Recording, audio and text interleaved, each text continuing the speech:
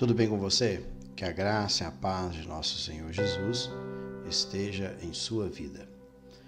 Hoje eu darei continuidade com a minha exposição na carta de Paulo aos Romanos, capítulo 7. O capítulo 7, Paulo ele faz uma analogia do casamento. No capítulo 6, ele vai dizer que agora nós estamos livres do império do pecado. Nós vivíamos debaixo de um império, sob as ordens de um imperador cruel, que era o pecado. Mas agora nós fomos libertos, nós saímos deste império e viemos para o império de Cristo Jesus. E no capítulo 7, ele vai fazer uma analogia. Como é que isso aconteceu na prática? Então, ele usa o casamento para explicar como é que nós saímos do domínio da lei.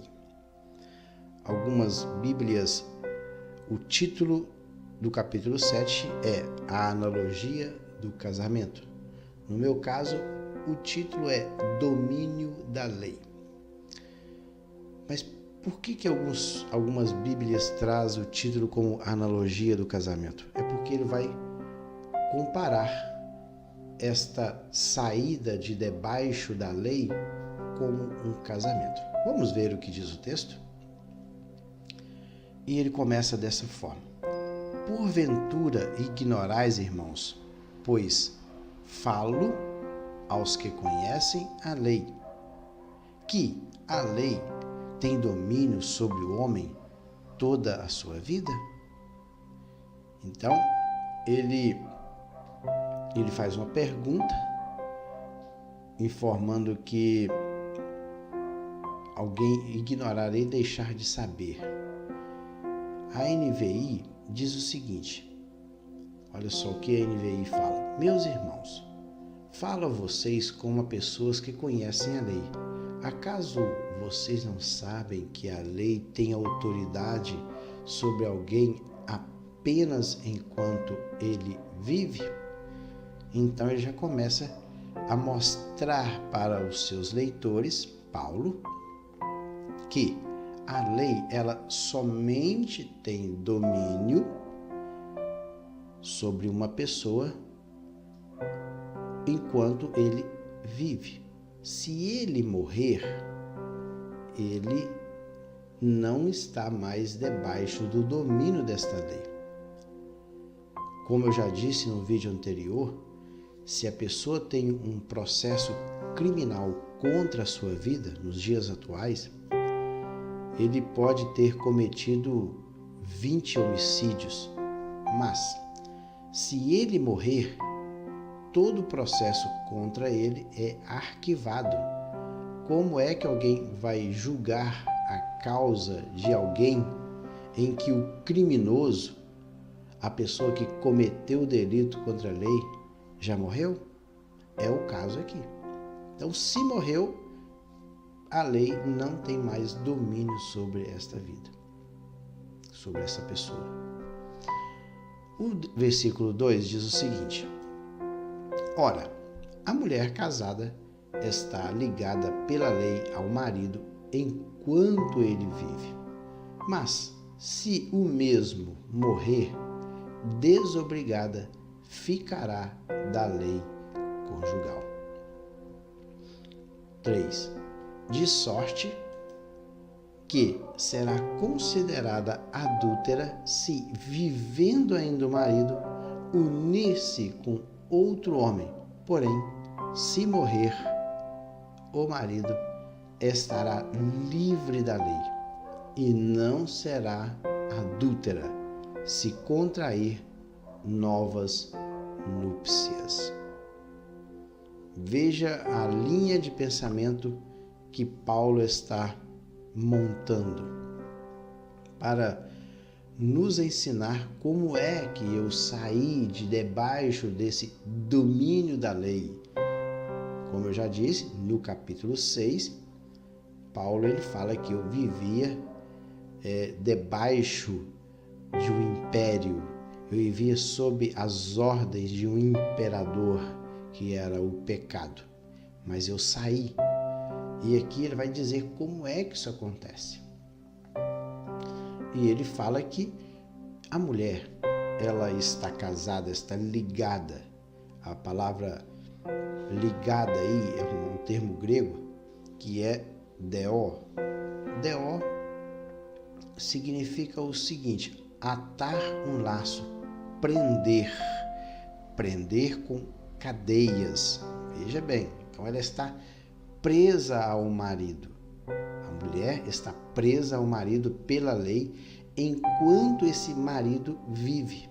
Então, enquanto o marido estiver vivo, esta mulher, ela está ligada, ela está presa, ela está amarrada a este marido.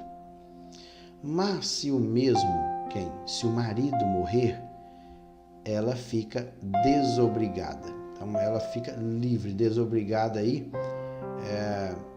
no sentido de que terminou todo o intercurso com alguém, pôr de lado, anular, livre de alguém, liberado. É isso que significa esta palavra no versículo 2, que é desobrigada ficará. É isso, é uma palavra que significa, no grego é katargel. Katargel é isso, é liberado, livre de alguém, terminar todo o intercurso com alguém. Então ela está o quê? Liberada, livre, terminado o intercurso da lei conjugal. Então ela não mais está ligada a este homem. Ela está livre, desobrigada da lei, está liberada da lei. De sorte que ela será considerada adúltera. Então, mas se ela poderá ser chamada adúltera se ainda o marido viver. Se o marido estiver vivo e ela contrair um novo casamento, essa mulher será considerada adúltera. Mas se o marido morrer, porém, se o marido morrer, estará livre da lei e não será chamado que adúltera se contrair novas núpcias. Novas núpcias aí é o que? Novo casamento. Ela pode casar novamente se o marido vier a óbito. Veja como Paulo está tecendo a sua linha de pensamento. Vamos para o versículo 4, que está logo abaixo aí. Versículo 4. Assim, meus irmãos, olha aí.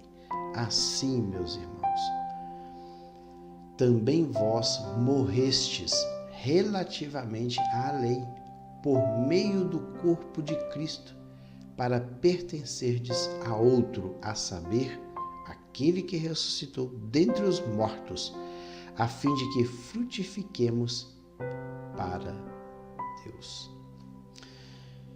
Então, Paulo, primeiro ele mostra como é que isso acontece, é como um casamento. A mulher casou, ela está ligada ao marido por todo o tempo que este marido está vivendo. Se ela casar novamente, enquanto o marido estiver vivo, vai ter problema. Ela vai ser chamada de adúltera. Mas, se este marido morre, vem a óbito, pronto, ela está livre, ela pode casar com quem ela quiser. E aí Paulo diz, assim também somos nós, que já morremos relativamente à lei por meio aí é através do corpo de Cristo. E quando nós morremos juntamente com Cristo através da sua morte, nós ressuscitamos dentre os mortos, assim como Cristo também ressuscitou dentre os mortos, para que agora nós que estamos vivendo em novidade de vida, não debaixo do jugo da lei, mas de acordo com a maravilhosa graça de Cristo Jesus, nós produzimos frutos para Deus. É o que está aí no final do versículo 4. Veja o que diz aí a NVI. A NVI, o versículo 4, diz o seguinte: assim, meus irmãos, vocês também morreram para a lei, por meio do corpo de Cristo, para pertencerem a outro, àquele que ressuscitou dos mortos, a fim de que venhamos a dar fruto para Deus. O que Paulo quer dizer aqui ainda é o seguinte: além de nós termos morrido juntamente com Cristo e ressuscitamos juntamente com Ele em uma nova vida, Ele está dizendo o seguinte, que nós morremos para pertencer a outro, olha, para pertencerem a outro, àquele, na NVI o aquele é craseado, àquele que ressuscitou dos mortos. Então eu morri para a lei, que era o meu primeiro marido cruel, um marido que não me ajudava em nada. Ele teve sim uma certa utilidade, a utilidade dele foi mostrar-me que eu era um pecador, mas ele não tinha condições de me ajudar, ele não me ajudou em nada, ele somente apontou para mim e disse: você é um pecador. Mas eu morri para este marido cruel, para este homem cruel que só ficava o tempo todo apontando o meu pecado. Ele diz o seguinte, que eu morri para ele, esse primeiro marido, para agora ressuscitar para outro. Quem? Para aquele que nos salvou, que é Jesus Cristo. Olha, assim, meus irmãos, vocês também morreram para a lei, por meio do corpo de Cristo, para pertencerem a outro, aquele que ressuscitou dos mortos. Quem que ressuscitou dos mortos? Jesus, a fim de que venhamos a dar fruto para Deus. Interessante que nessa história aqui não é a lei que morre. Então, a lei ela continua viva. Mas quem é que morre nessa história aqui de Paulo? Quem morre aqui é a mulher. Ao passo que a lei que deveria morrer, aí sim nós estaríamos livres. Mas não. Na analogia de Paulo, quem morre é a mulher. Quem morre somos nós, porque a lei ainda ela continua viva e forte, poderosa ainda. Interessante. Na analogia do casamento, ele diz que morto o marido, a mulher estava livre para casar com quem quisesse. Mas ele diz agora o seguinte: assim, meus irmãos, vocês também morreram para a lei. Então, no versículo 4, quem fica vivo? A lei. Interessante é que lá ele diz que a mulher está ligada ao marido por todo o tempo que ele vive. Morto o marido, a mulher está livre. Agora aqui ele diz o seguinte: assim, meus irmãos, também vocês morreram. Então, aqui o que acontece? A mulher, ela morre para a lei, que é o marido, esse marido cruel, que só sabia apontar para ela o seu pecado. E agora, por meio, através do corpo de Cristo que nós ressuscitamos, simbolicamente, nós passamos a pertencer a outro. E quem é esse outro? Aquele que ressuscitou dentre os mortos, a pessoa do Senhor Jesus, para que nós venhamos ao quê? A dar fruto para Deus. Fruto aqui lembra da passagem lá de Gálatas 2,19. Lá em Gálatas 2,19 diz o seguinte: Mas eu, mediante a própria lei, morri para a lei, a fim de viver para Deus. Estou crucificado com Cristo. Interessante o que diz lá em Gálatas 2,19. Porque eu, mediante a própria lei, morri para a lei, a fim de viver para Deus. Eu estou crucificado com Cristo. Veja o que Paulo usa, o termo que ele usa lá na sua carta às igrejas da Galácia. Eu estou crucificado juntamente com Cristo. O interessante é que a cruz, naquele período ali do Império Romano, era símbolo de morte. Então ele diz assim, olha, eu estou morto, crucificado com Cristo. E o versículo 20 desse mesmo capítulo diz, olha, já logo, consequentemente, já não sou eu quem vive, mas Cristo vive em mim.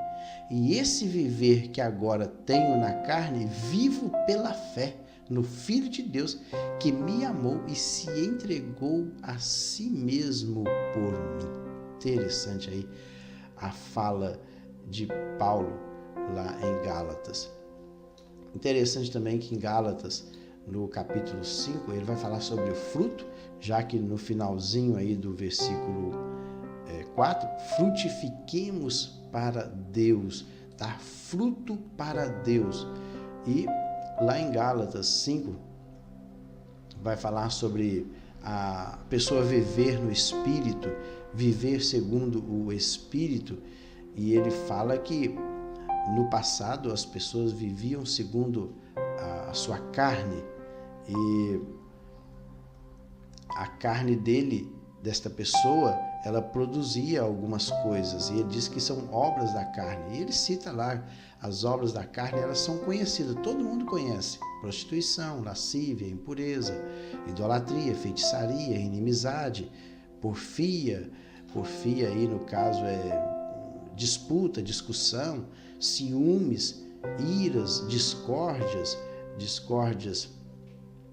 seria sectarismo, partidarismo, dissensões, dissensão e divisão, facções, invejas, bebedices, glutonarias, coisas semelhantes a esta, a respeito das quais eu vos declaro, como já outrora vos preveni, que não herdarão o reino de Deus. Então, ele fala sobre as obras da carne, e depois, no versículo 22, Paulo ele fala sobre o fruto do Espírito. Veja que no finalzinho do versículo 4 aqui do capítulo 7, está assim, ó, a fim de que frutifiquemos para Deus. Na NVI fala que produzamos fruto para Deus. Frutificar aí dá a ideia de produzir fruto. E veja o que diz lá em Gálatas também sobre o fruto do Espírito. Mas o fruto do Espírito são 9. Ele diz o seguinte: mas o fruto do Espírito é amor, alegria, paz, longanimidade, benignidade, bondade, fidelidade, mansidão, domínio próprio. Olha o que diz o finalzinho do versículo 23 do Gálatas 5. Contra estas coisas não há lei. A lei é contra aquilo que eu falei sobre as obras da carne. Mas aqui, com relação ao fruto do Espírito, não há lei. Porque quem produz isto em nós é o Espírito Santo. E pode ver que, mas o fruto do Espírito, carpós é fruto. E o fruto aqui está no singular. E a palavra pneumatos aqui, que é Espírito, está maiúsculo. Então, é o Espírito Santo. Então, o fruto é dele, é ele que produz em nós. Interessante é que primeiro fruto aí, ou melhor, nesse fruto tem 9 partes, e essa primeira parte aí fala de amor. O amor aí fala de agape.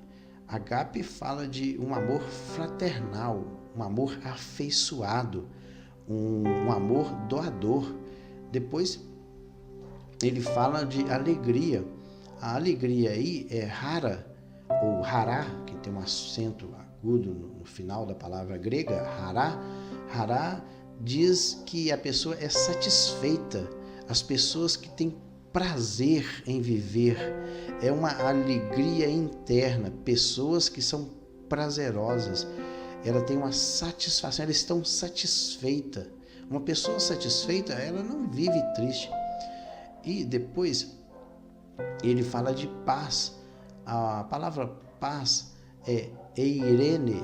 Eirene é uma tranquilidade interior, é um estado de tranquilidade. Não é ausência de guerra, como diz nos dias atuais, mas esta paz aí é uma paz interior, é uma tranquilidade, é uma harmonia interior, é uma concórdia dentro do ser humano. Ele também fala de longanimidade. Longanimidade aí é macrotúmia. Macrotúmia dá a ideia de paciência, tolerância, firmeza também. Longanimidade também dá essa ideia de longanimidade, mas também o que mais significa é a capacidade de tolerar, é a paciência. Depois ele fala de benignidade. A benignidade, que é Restóteres é o seguinte, é o bom em ação, é aquilo que eu faço, é a bondade moral, são as minhas atitudes. Então, Restóteres é o quê? Bondade moral, fala das minhas atitudes com relação à minha bondade. Depois também ele fala de bondade, então eu falei sobre benignidade, que Restóteres é a bondade em ação. Depois ele fala de bondade em si, que a palavra grega é agatosune. Agatosune fala de integridade e retidão de coração.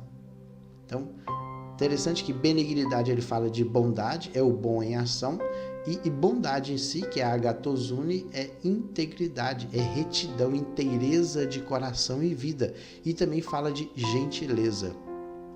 Ele também fala de fidelidade. Fidelidade, a palavra grega é pistis. Pistis dá a ideia de convicção em aquilo que eu creio. Depois ele falou também sobre mansidão. Mansidão, a palavra grega é prautes. Prautes é gentileza, humildade. Fala de humildade. E a última palavra, que é domínio próprio, é a palavra grega egrateia. Egrateia dá a ideia de autocontrole.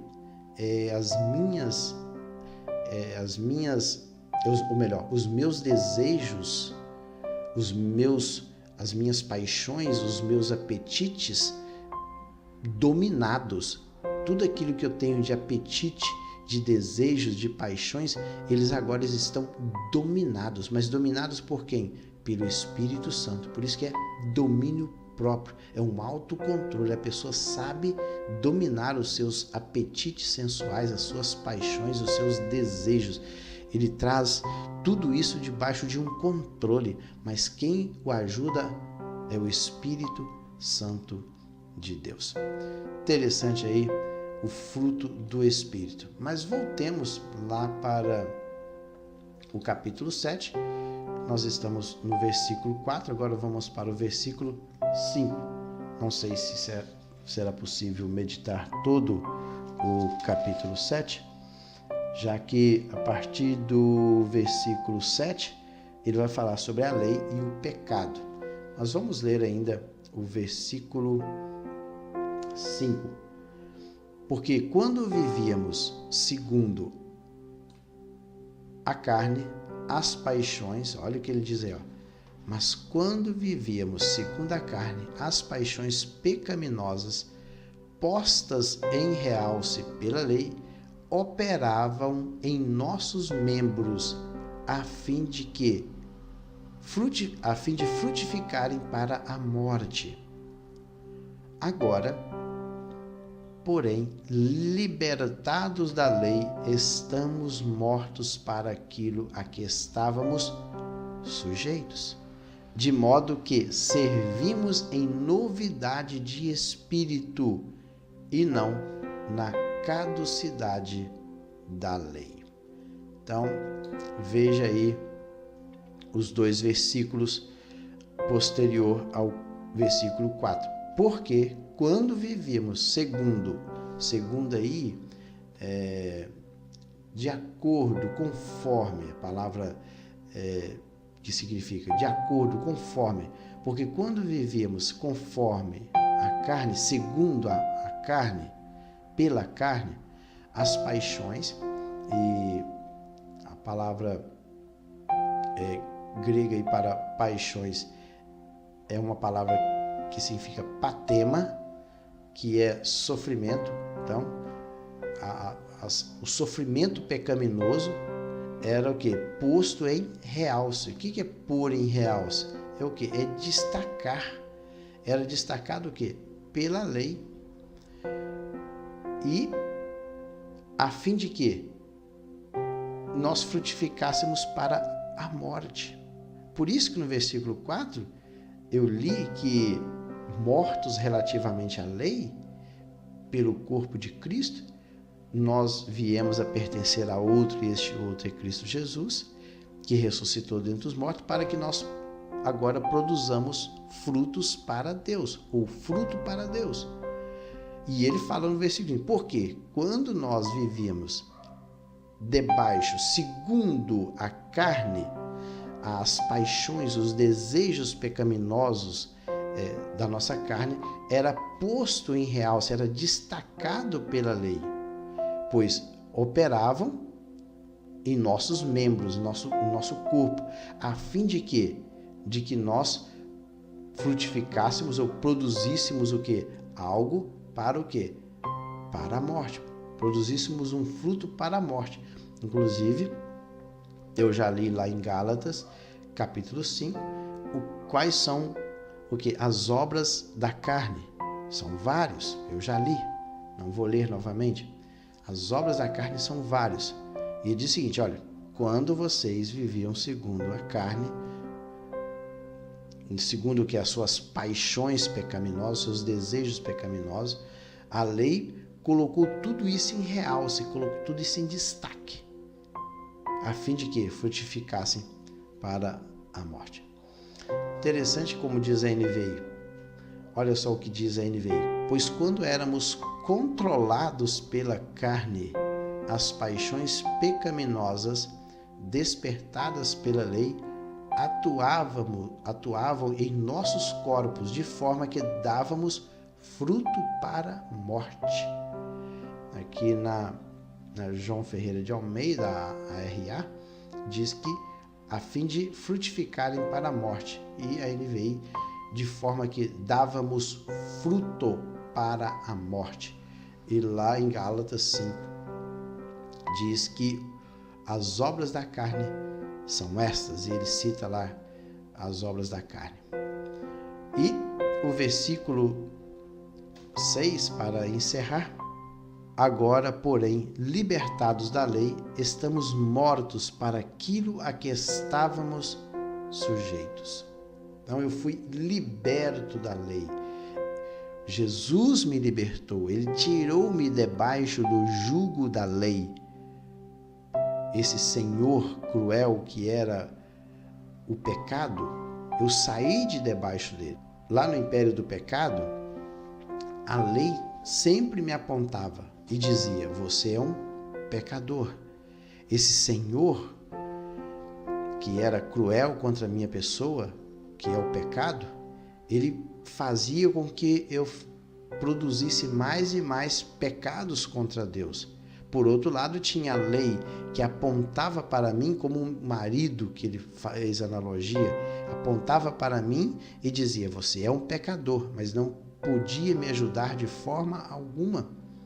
Mas ele diz aqui no versículo 6, mas agora, porém, libertados da lei, estamos mortos para aquilo a que estávamos sujeitos. de modo que servimos em novidade de vida. Interessante. Vida, novidade de vida aí, dá a ideia de nova vida. Uma vida criada em nós pelo Espírito Santo. É uma vida nova produzida pelo Espírito Santo. Ele produziu em nós essa nova vida. E que não vivemos mais na caducidade da lei. A palavra caducidade aqui não dá ideia de algo que caducou, que perdeu a validade. Caducidade aqui é um termo grego que é palaiotes. Palaiotes é antiguidade, é estado da vida controlado pela lei. Ou seja, eu não vivo mais controlado pela lei. A lei não me controla mais. É isso. Palaiotes é antiguidade. Ou seja, que eu não vivo na antiguidade da letra. Eu não vivo mais debaixo do domínio controlado pela letra, que é a lei. Mas agora a minha vida ela é controlada pelo Espírito Santo de Deus que mora dentro do meu coração. Que Deus em Cristo o abençoe. No próximo vídeo eu estarei dando continuidade aí a partir do versículo 7. A partir do versículo 7 vai falar sobre a lei e o pecado. Mas esse é o assunto para o próximo. Que Deus em Cristo o abençoe e até lá.